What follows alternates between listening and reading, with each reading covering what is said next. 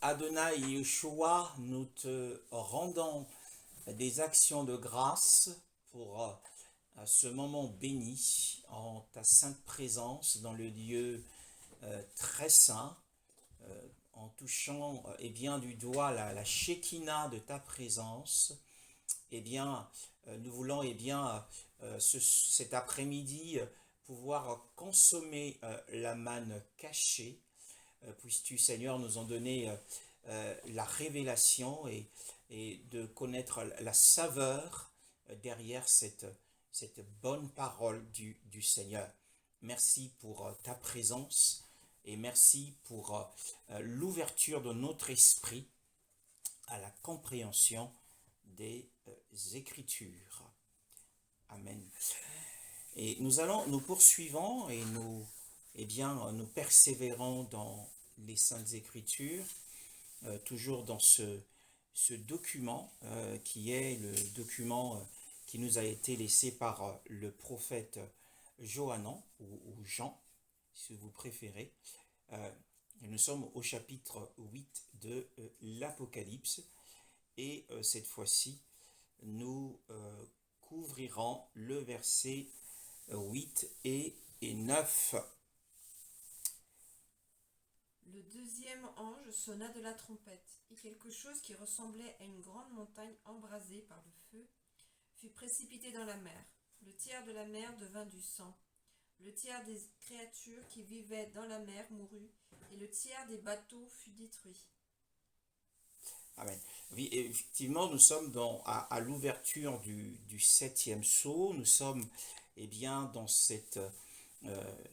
nous sommes au ciel, nous sommes dans les cieux, à ce brisement, dans une atmosphère solennelle qui commence par un temps imposant de silence. C'est du jamais vu dans les cieux, où tout est aucun bruit n'est acceptable, et tout bruit s'est arrêté dans le ciel, sachant que c'est un lieu joyeux, un lieu de louange, d'adoration, d'échange, d'étude, de béatitude, mais à l'ouverture de ce sceau, qui est le sceau le plus important de tous les sceaux qui ont été ouverts, il y eut un silence. Ce silence avait précédé une très grande déclaration de guerre. Selon différents passages de la parole de Dieu, le chauffard ou la trompette caractérise la guerre. Nous le lisons dans le livre de 1 Corinthiens au chapitre 14 et le verset 8, à titre de rappel. 1 Corinthiens chapitre 14, le verset 8. Verset 8. Amen. Amen. Car si la trompette aussi rend un son incertain, qui se préparera à la bataille? Oui, qui se préparera à la bataille? Eh bien, oui, la trompette est associée à la bataille, ou autrement dit au combat ou à la guerre. Nous revenons sur au son de cette trompette, cette fois-ci au chapitre 8 de l'Apocalypse, le verset 8 à 9. La Bible nous parle de ces 7 anges qui occupent un rang élevé, qui se tiennent en la présence du Père dans la salle du trône. Et parmi ces 7 anges, il y a l'ange Gabriel, puisqu'il lui-même nous donne sa position lorsqu'il rend visite à Marie. Dans Luc au chapitre 1, il est question de cette position. Il dit « Je me tiens devant le Seigneur ». Et la Bible aussi donc nous dit que cette fois-ci, c'est le second ange qui a claironné ce chauffard, qui a claironné la trompette. Le prophète Johannan, qui a entendu ce son, le son de la trompette, eh bien, la Bible dit qu'il a vu, selon la vision qu'il avait reçue, il a vu quelque chose. Il a vu un objet céleste dans le système solaire. Il a vu un objet céleste qui ressemblait à une grande montagne, dit-il, à une grande montagne qui était brûlante de feu, une grande montagne qui était embrasée de feu, qui fut jetée dans la mer. Donc il a vu la trajectoire de cet objet qui, dit-il, ressemble à une grande montagne et qui s'est échoué sur Terre, et bien sur la planète Terre, mais dans la mer. Et nous savons tous, selon les Écritures, que Yahushua a fait une supposition en parlant de la foi. En parlant de la foi, eh bien, il a fait une supposition. Nous allons le lire dans l'évangile de Marc au chapitre 11. L'évangile de Marc au chapitre 11 nous parle de la leçon que le Seigneur a donnée à ses disciples à partir du verset 20 jusqu'au verset 24. Le lendemain matin, en passant, le disciple vit le figuier. Il était desséché jusqu'aux racines. Se rappelant ce qui s'était passé, Pierre dit à Jésus, « Maître, regarde le figuier que tu as maudit est desséché. » Jésus leur dit alors, « Ayez foi en Dieu. Je vous le dis en vérité, si quelqu'un dit à cette montagne, retire-toi de là et jette-toi dans la mer, et s'il ne doute pas dans son cœur, mais croit que ce qu'il dit arrive, il le verra s'accomplir. C'est pourquoi je vous le dis, tout ce que vous demanderez en priant, croyez que vous l'avez reçu et cela vous sera accordé. » Amen. Amen. Alors, nous voyons ici bien que le Seigneur, à la suite d'un miracle de la parole, puisqu'il est la parole à la fois faite chair, mais la parole parlée, il s'est adressé à un figuier qui ne portait pas de fruits. Eh bien, ce figuier a perdu sa sève. Ce figuier s'est asséché. Ce figuier est mort. Le lendemain, à la grande stupéfaction des disciples, eh bien, ils ont constaté que les paroles que le Seigneur avait prononcées contre cet arbre s'étaient accomplies, s'étaient réalisées. Et le Seigneur leur a donné un enseignement sur la foi, donc la parole de foi que nous pouvons bien prononcer devant une situation si nous avons de la foi. Et le Seigneur dit, quiconque a de la foi, eh bien, il dira à cette montagne, eh bien, lorsqu'il leur donne cet enseignement, ils sont assurément sur un lieu où il y avait cette montagne, cette montagne est démonstrative, eh bien, il dit, sois enlevé et jette-toi dans la mer. Donc, il y a cette supposition qu'une montagne peut être jetée dans la mer, une supposition qui est donnée par le Seigneur pour nous donner un enseignement. La montagne ici, bien sûr, nous le savons, représente toute opposition, toute situation difficile. Et le psalmiste l'un des fils des Corée, dans le psaume 46, également, oui, la sœur Carole lira le verset 3 dans sa version, le psaume 46, le verset 3 dans sa version. Psaume 46. C'est pourquoi nous sommes sans crainte quand la terre est bouleversée, quand les montagnes sont ébranlées au cœur des mers. Oui. Là aussi, effectivement, quand les eaux mugissent, écument et se soulèvent jusqu'à faire trembler les montagnes. Les fils des Corée aussi ont fait allusion à ce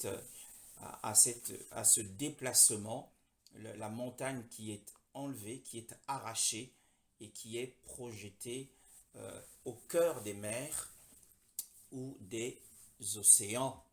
Donc ce sont des suppositions, ce sont des images. Mais selon le principe de la prophétie, nous ne sommes pas ici dans une figure, mais cette parole s'accomplira au pied de la lettre. Hein, nous revenons à notre livre d'Apocalypse chapitre 8, le verset 8 à 9. Hein, cette fois-ci, ce n'est pas une supposition, ce n'est pas une image, mais c'est une parole prophétique qui s'accomplira au pied de la lettre. À l'ouverture du 7e sceau, la deuxième trompette ici caractérise le second jugement, puisque nous avons dit les 7 trompettes sont une déclaration de guerre contre les humains et contre la planète Terre. Et le prophète Jean a vu un objet céleste, il a vu un gros caillou, une pierre astéroïde. En réalité, cette grande montagne n'est autre qu'une pierre astéroïde brûlante de feu qui fut jetée dans la mer, bien-aimés dans le Seigneur. Aujourd'hui, les astronomes, les astrophysiciens de la NASA prétendent qu'ils ont la maîtrise de tous les astéroïdes les plus dangereux, les plus potentiellement dangereux. Et pour votre information, le 27 mai de cette année est passé près de la Terre, à 4 millions de kilomètres de la Terre, l'un des plus gros astéroïdes, faisant environ 1,8 km de diamètre. Mais ils prétendent qu'ils ont la maîtrise de tous les astéroïdes qui pourraient potentiellement entrer en collision avec la Terre. Mais ici, le Seigneur va défier toute intelligence humaine. Et ici, l'apôtre ou le prophète Jean voit un grand astéroïde comme une grande montagne. Hein, et comme sans doute le Mont Blanc. Le Mont Blanc fait environ 1 km en termes de taille, de hauteur. Hein, et pareil, le mont Ararat en Arménie fait aussi environ 4 km. Donc ce sont des très hautes montagnes, mais selon cette parole du Seigneur, nous voyons ici qu'une très grande montagne va échouer dans les océans.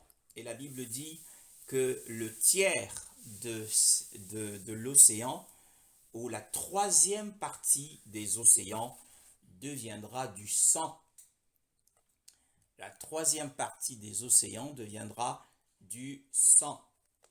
Et la 3e partie des créatures qui sont dans cet océan, qui ont des âmes mourant. Elles mourront, et la 3e partie des navires sera aussi détruite. Il y a 3 types d'océans sur la Terre. Le premier océan, c'est l'océan Atlantique. Le deuxième, c'est l'océan Indien. Le troisième, selon les infographes, le 3e océan, c'est l'océan Pacifique, qui se situe dans l'alignement du continent australien. Donc, visiblement, cette prophétie s'accomplira et touchera cette 3e partie des océans, qui n'est autre que l'océan Pacifique, bien-aimé dans le Seigneur. Et on peut imaginer les dégâts que cela va produire sur cet océan, cette 3e partie des océans, sachant que le globe terrestre, comme on le sait, la masse continentale et la masse continentale du globe terrestre est en eau. Donc les 2 tiers du globe, de la masse continentale est occupée par les océans. Hein. Et donc la 3e partie des océans sera endommagée par cette grande collision qui va provoquer des grands tsunamis. Assurément des grands tsunamis. Hein. Et les tsunamis, eh bien, la Bible dit que les océans deviendront du sang. Hein. Ils deviendront du sang, donc il y aura une transformation. Il y aura un changement d'état. La mer, notamment l'océan Pacifique, qui est de couleur vert turquoise, se transformera et sera changé en sang. Et toutes les créatures, donc les poissons de mer, mourront. Donc ce qui va aussi impacter l'approvisionnement en ressources halieutiques. Et les navires, c'est-à-dire la flotte navale, que ce soit la flotte navale civile, que ce soit la flotte navale militaire, la 3e partie de la flotte navale, qu'elle soit militaire ou civile, qui se trouve sur l'océan Pacifique, sera également endommagée. Sera endommagée en partie par la chute de cet astéroïde et en partie par le vent, bien-aimé dans le Seigneur, parce qu'il y aura des fortes tempêtes. Pourquoi? Eh bien, nous le disons, eh bien, si nous retournons au chapitre 7,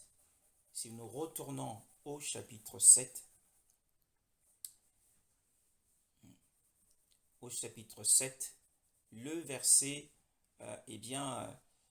la Bible nous parle au premier verset. Que nous dit la parole de Dieu au premier verset? À cela, je vis 4 anges debout aux 4 coins de la terre.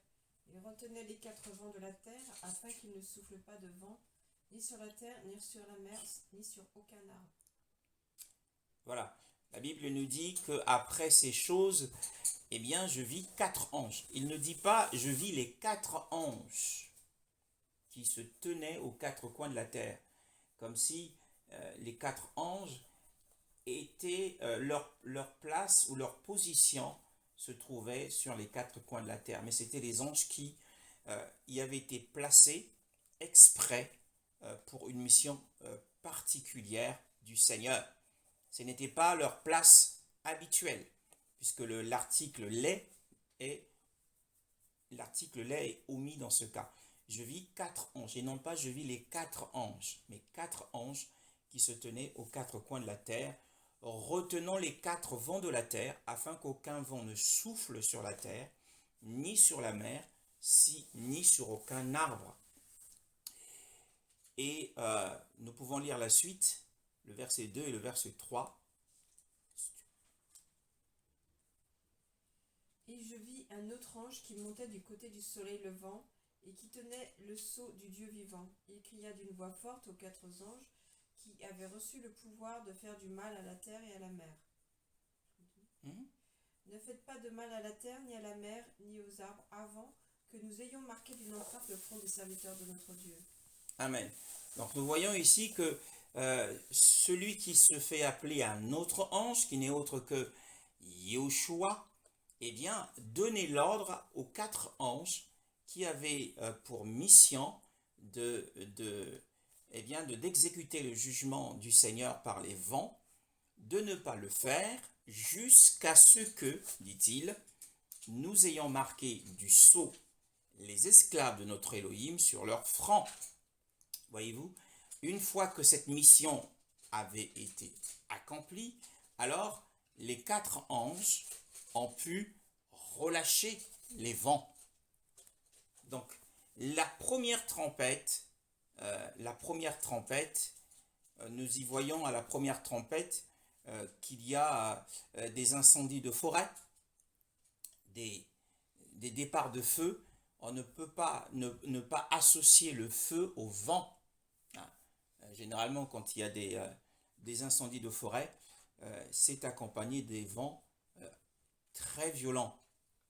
Et le deuxième ange, avec la seconde trompette, également sur la projection de ce grand bloc, ou ce gros bloc de pierre qui tombe sur l'océan Pacifique.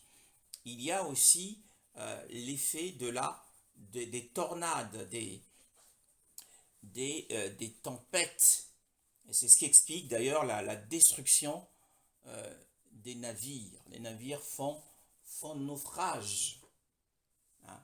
Donc en fait ici, les anges ont relâché les vents, puisque les 144 000 ont été déjà scellés.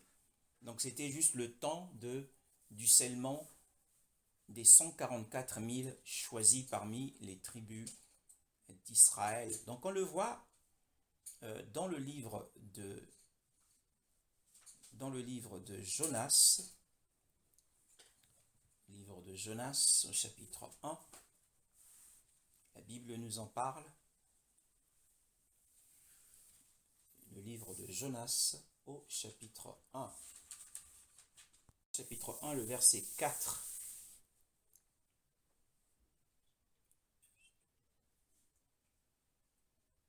Amen. Amen.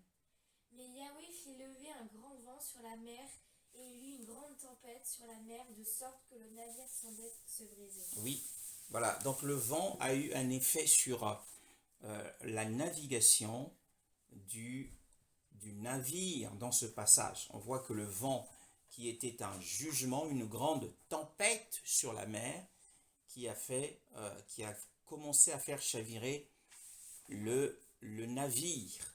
Et donc, si nous revenons à notre passage des Écritures, nous voyons que les navires la troisième partie des navires furent détruites.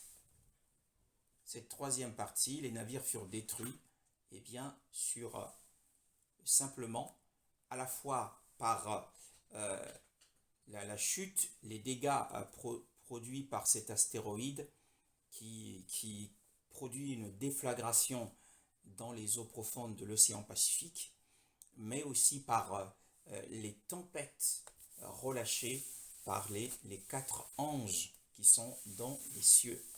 Mais il y a aussi dans ces passages, dans ce jugement qui va, encore une fois, qui va s'exécuter, le Seigneur va l'exécuter. Nous ne sommes pas encore arrivés à cette période de l'histoire du monde. On en arrive bientôt. Eh bien, dans cette période de l'histoire, dans le déroulé dans l'ouverture de ce 7e sceau, bien-aimés dans le Seigneur, il y a un enseignement. Quel est l'enseignement? Eh bien, que nous pouvons tirer de ce jugement. Chaque événement, dans chaque événement, nous devons en tirer un enseignement.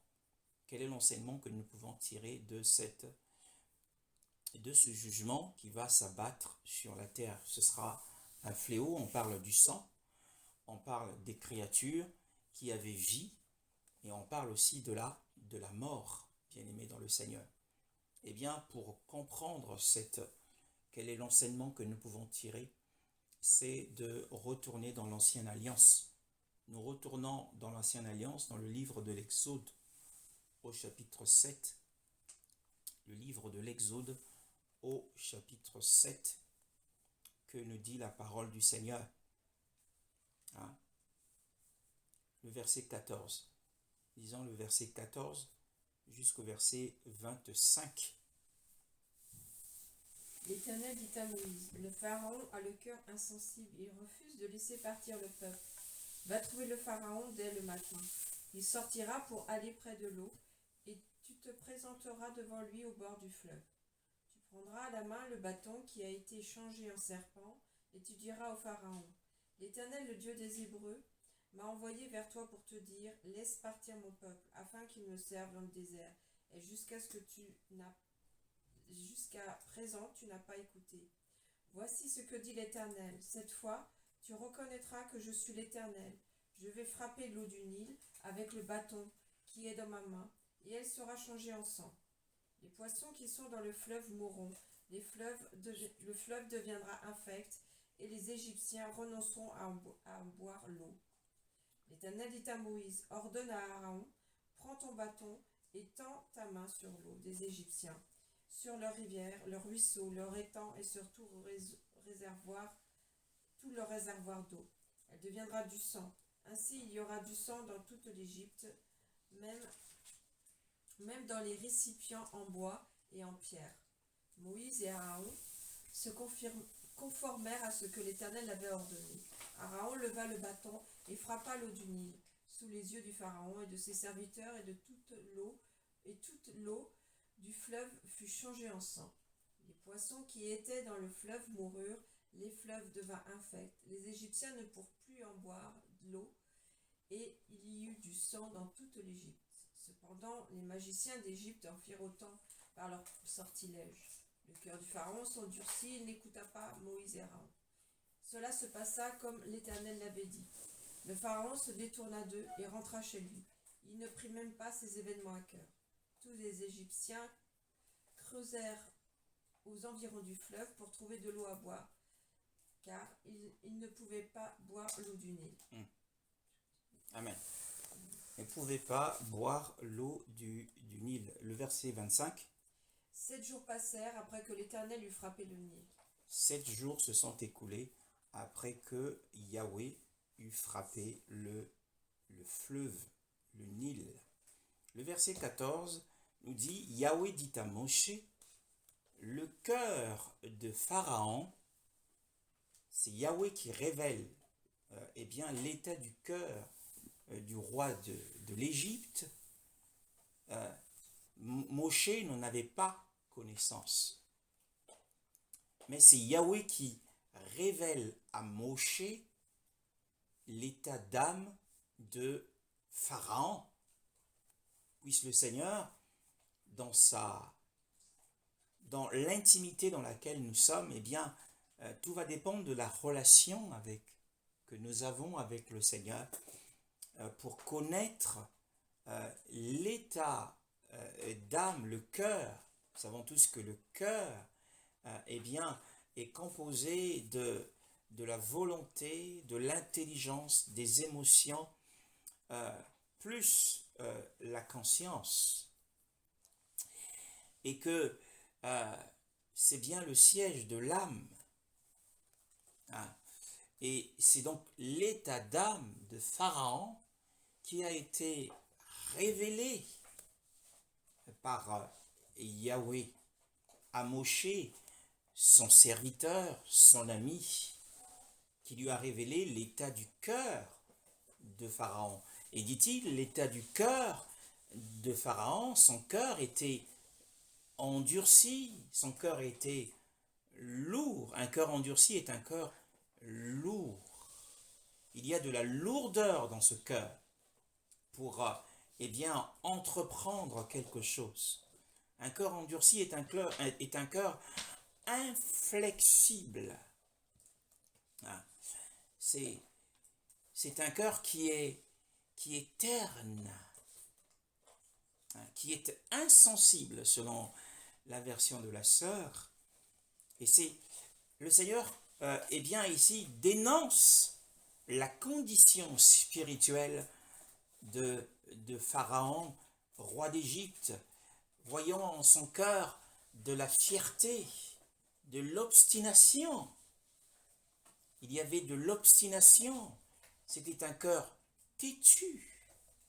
Et le Seigneur dit, le cœur de Pharaon, c'est du cœur que viennent les mauvaises pensées. Et le Seigneur veut que nous puissions garder notre cœur plus que toute autre chose. Et la volonté qui fait partie des parties, qui fait partie, eh bien, de la cellule du cœur, est endurci. Le cœur, la volonté de Pharaon était obstinée, têtue. Après le premier miracle, c'est-à-dire que la verge, le bâton de Moïse qui a été transformé en serpent. Mais cela n'a pas radouci le cœur de Pharaon. Le Seigneur peut nous révéler si un cœur est un cœur doux ou si un cœur est un cœur endurci. Et cette fois-ci, c'était un cœur endurci. Il prévient Moshe, son serviteur, que le cœur de Pharaon est inflexible. Il a refusé de laisser aller le peuple. Et Yahweh ne l'envoie pas dans le palais royal, mais il dit, va-t'en dès le matin vers Pharaon. Voici, il sortira pour aller près de l'eau, près du fleuve.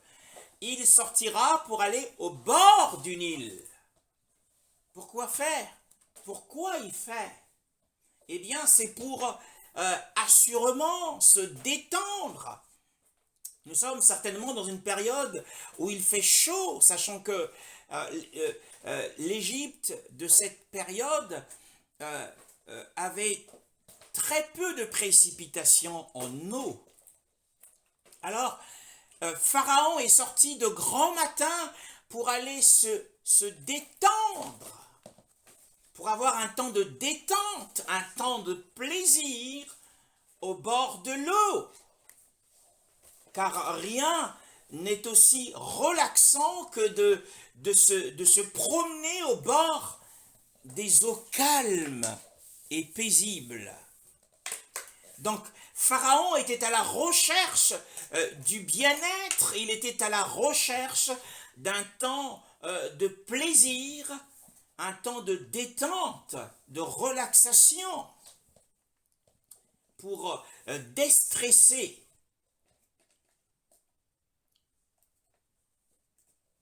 Alors, l'eau représente, eh bien, la détente. Ça représente la relaxation, hein. Ça représente le plaisir. Tu te présenteras devant lui sur le bord du fleuve, alors qu'il est sans doute en train de se promener avec, eh bien, ses serviteurs, de réfléchir. Il est au bord du fleuve.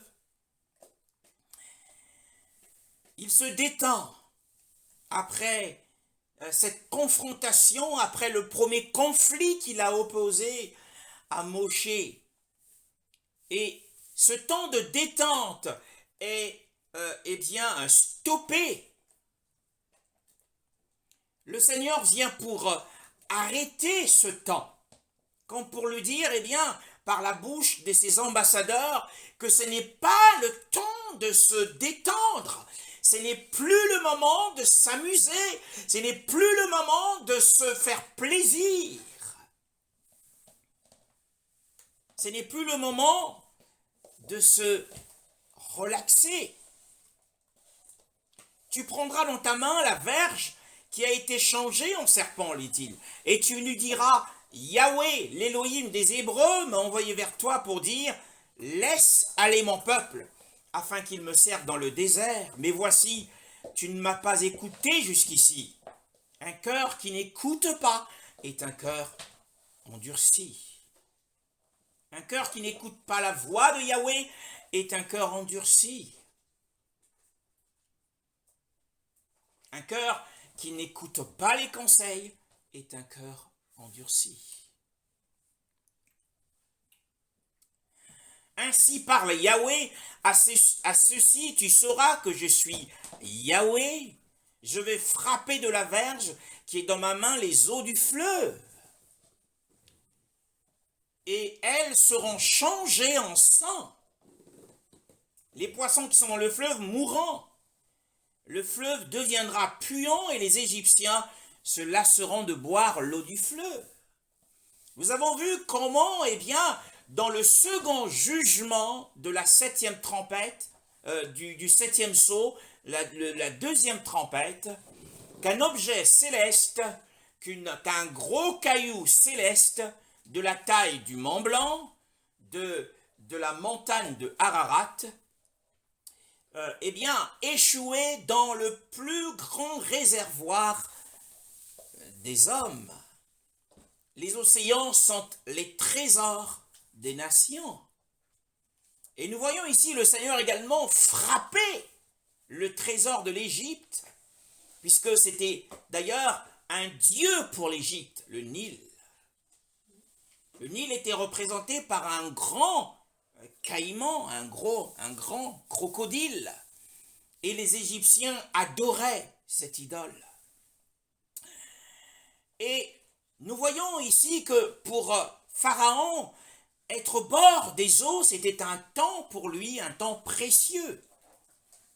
Et le Seigneur venir à travers son serviteur interrompre ce moment pour lui dire, eh bien, ce que vous avez considéré comme Dieu, eh bien, le Seigneur va exercer sur ces eaux-là un jugement. Combien?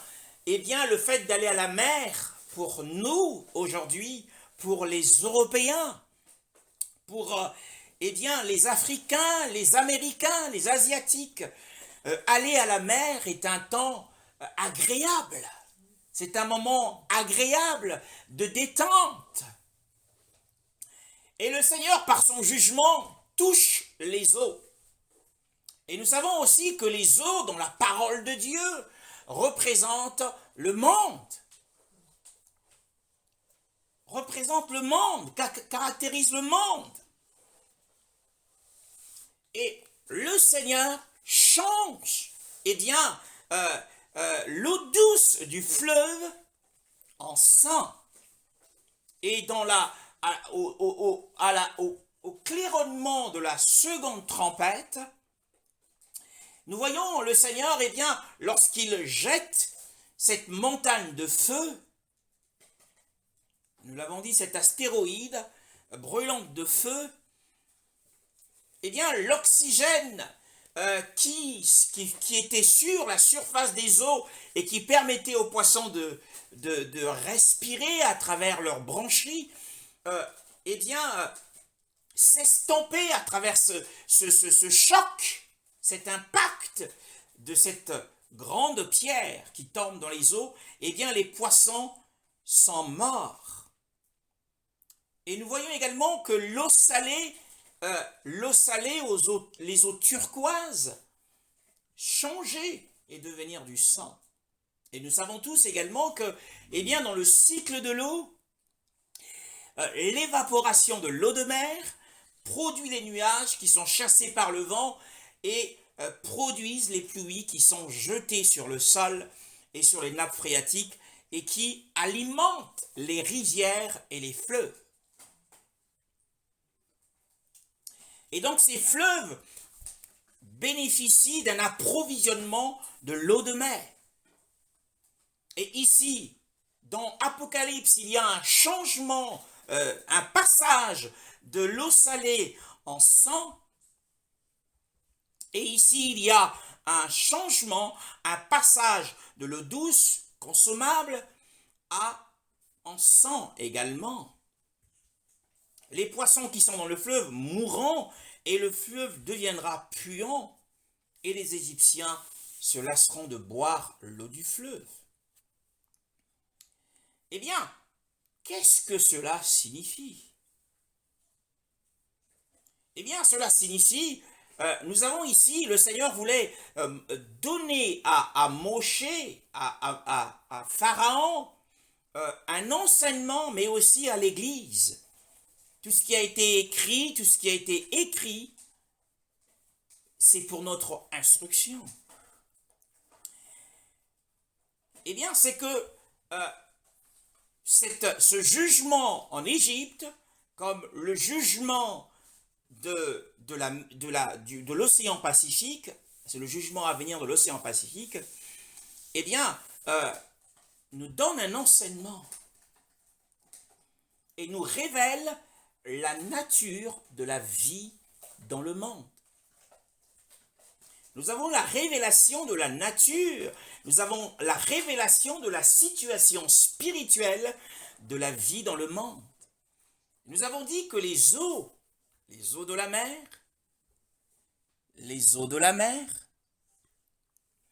représentent le monde. Puisque l'ange dit au prophète Johannan, les eaux que tu as vues, ce sont les peuples, ce sont les tribus, ce sont les nations. Le monde est représenté par les eaux. Et ici, le sang caractérise la mort. Et dans Apocalypse chapitre 8, eh bien, l'eau salée qui se transforme en sang caractérise également la mort. L'eau caractérise la vie dans le monde et les plaisirs dans le monde. Puisque Pharaon, il va de bon matin pour, eh bien, profiter de la fraîcheur, pour se rafraîchir.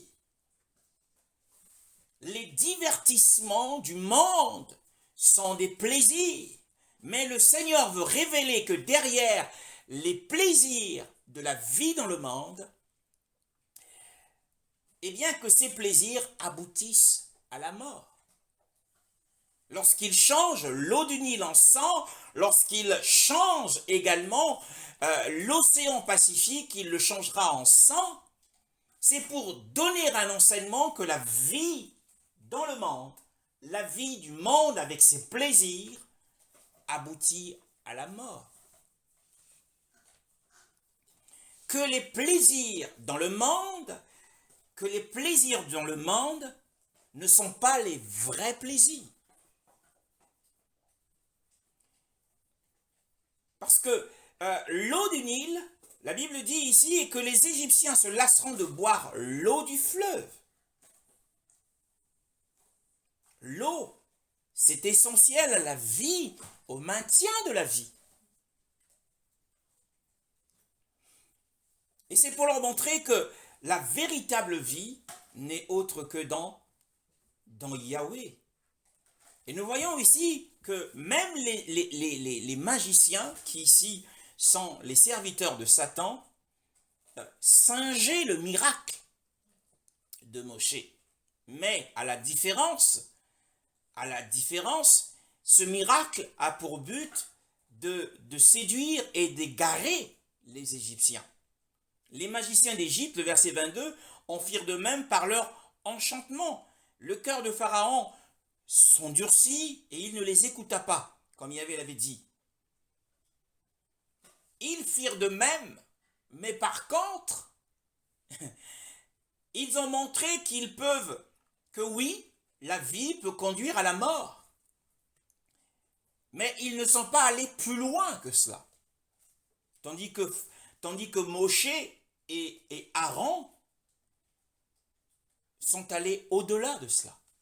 Après avoir exercé le jugement, avoir montré, eh bien, d'avoir révélé, d'avoir exposé, c'est une exposition. Le Seigneur est en train d'exposer et de montrer aussi aux croyants chrétiens qui aiment le monde que la vie du monde conduit à la mort.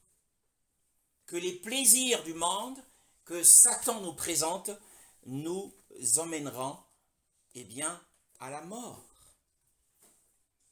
Mais les Moshe et Aaron avaient la possibilité, et c'est ce qui s'est passé après, puisque ce jugement n'a duré que 7 jours. Donc, au finish, in fine, eh bien, l'eau du Nil avait retrouvé sa condition d'avant. Mais ce que les Égyptiens, ce que les magiciens égyptiens ne pouvaient pas faire, ils pouvaient juste transformer l'eau en sang, mais ils ne pouvaient pas ramener l'eau dans son état initial. Qu'est-ce que cela signifie? Eh bien, cela signifie que, eh bien, de la condition de la mort, la parole d'évangile peut nous ramener à la vie.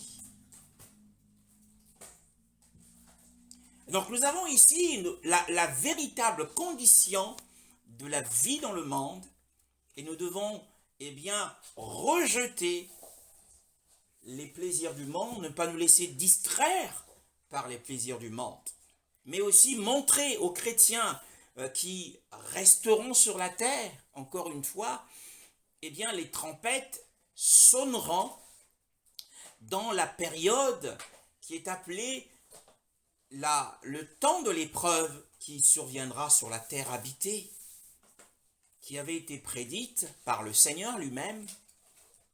Le voyant dans le livre de Luc au chapitre 21, le verset 36, 35 à 36, nous parle du temps de l'épreuve qui viendra sur la terre comme un filet pour éprouver les habitants de la terre, mais il en parle également à l'église de Philadelphie. Philadelphie, dans Apocalypse chapitre 3, le verset 10. Donc, les saints, l'épouse fidèle, les croyants vainqueurs du monde, vainqueurs du péché, échapperont à ce temps. Puisque le Seigneur dit, veillez, soyez vigilants et priez, afin que vous ayez la force d'échapper à ces choses. Mais tout le monde n'échappera pas, parce que tout le monde ne veille pas, et tout le monde ne prie pas. Cette prière qui nous permet d'échapper à ces choses. Mais ils sont, drogués. Ils sont drogués. Les chrétiens, certains chrétiens, ou la majorité des chrétiens sont drogués par les situations de la vie, par les divertissements. Alors, ils devront traverser. Et l'enseignement ici, eh bien, c'est que les plaisirs du monde aboutissent à la mort. L'eau du fleuve changée en sang. Donc il y a un lien entre le sang et la mort dans le livre d'Apocalypse. Et tel est l'enseignement de ce jugement. Et pour nous qui sommes aujourd'hui, d'avoir de la mesure. Nous avons vu comment le Seigneur a interrompu ce temps de détente de Pharaon pour lui dire, ce n'est plus le temps de se distraire. Bien-aimé dans le Seigneur, c'est le temps où on doit, eh bien, dresser notre oreille, si je puis m'exprimer ainsi, tendre notre oreille à l'écoute de la voix du Seigneur. Second ange sonna de la trompette, et quelque chose, puisque le prophète Jean ne savait pas ce que c'était, à cette époque, n'avait pas la connaissance des astéroïdes du système solaire. Alors il utilise les mots qu'il avait avec lui, quelque chose comme une grande montagne, comme un grand rocher. Il a vu un grand rocher. C'est un astéroïde ou un astéroïde qui est tombé dans l'océan Pacifique, ou une comète qui est tombée sur l'océan Pacifique. Bien-aimé dans le Seigneur, c'est l'expression de la colère du Seigneur. Donc, eh bien, toutes les espèces commercialisables seront impactées. Et donc, il y aura des pénuries en termes de ressources halieutiques sur la terre, mais des pertes aussi en termes de matériel de guerre, matériel pour les pêcheurs. Et la parole de Dieu dans le livre de Zacharie, au chapitre 14, le verset 8. Oui, c'est plutôt Ésaïe 19, le verset 8. Et la Bible dit, « Et les pécheurs gémiront, tous ceux qui jettent la meçon dans le fleuve mèneront deuil, et ceux qui étendent des filets de pêche sur les eaux languiront. C'est pour montrer le désarroi, la déception des pêcheurs, cette industrie de pêche par rapport à le jugement du Seigneur sur les eaux. Ce passage concerne effectivement le jugement qui s'était abattu d'abord sur l'Égypte et un autre jugement, puisqu'Ésaïe ici c'est une parole prophétique, s'abattra sur l'Égypte, puisque la question de cette parole, c'est le verset 4, on nous dit « Je livrerai l'Égypte entre les mains d'un Seigneur cruel, un roi féroce dominera sur eux », déclaration du Seigneur Yahweh Tsevaot. Et donc le verset 8, « Et les pêcheurs gémiront, tous ceux qui jettent la meçon dans le fleuve mèneront deuil, et ceux qui étendent des filets de pêche sur les eaux languiront. » Voilà, donc il y aura une pénurie de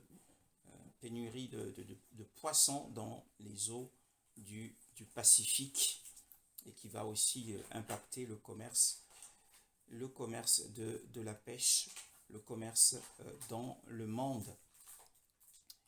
Et donc nous bénissons le Seigneur pour sa parole, et ses jugements sont véritables et s'accompliront assurément, et à nous d'en tirer les enseignements que l'exposition de la nature de la vie du monde. Ne nous laissons pas séduire par la vie du monde, ne soyons pas des chrétiens mondains. Souvenez-vous que les fils d'Israël sont sortis de l'Égypte après des jugements épouvantables, les jugements stupéfiants. Il en sera de même pour cette catégorie de saints qui resteront sur la terre pendant la période de l'épreuve jusqu'à la grande tribulation. Et ils devront sortir du monde à la suite des jugements du Seigneur, et notamment la 7e trompette qui sera une période difficile, la période des 3 ans et demi, qui va sortir beaucoup de chrétiens du monde à main étendue et à main forte et à bras étendus venant de la part du Seigneur. Nous bénissons le Seigneur pour sa parole, et nous espérons que vous serez toujours édifiés par ces enseignements. Loué soit le Seigneur.